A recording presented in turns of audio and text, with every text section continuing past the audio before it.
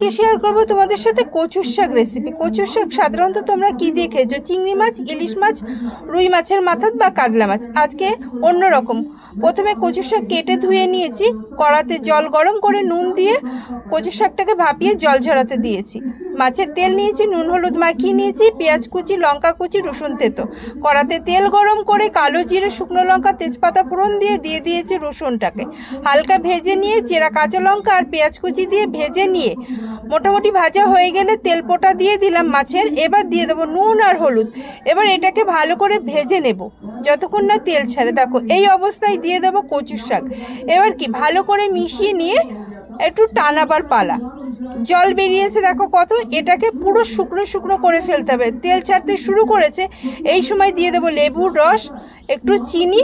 এবার ভালো করে তেল ছাড়া পর্যন্ত কষিয়ে নেব। দেখো কড়া ছেড়ে দিয়েছে।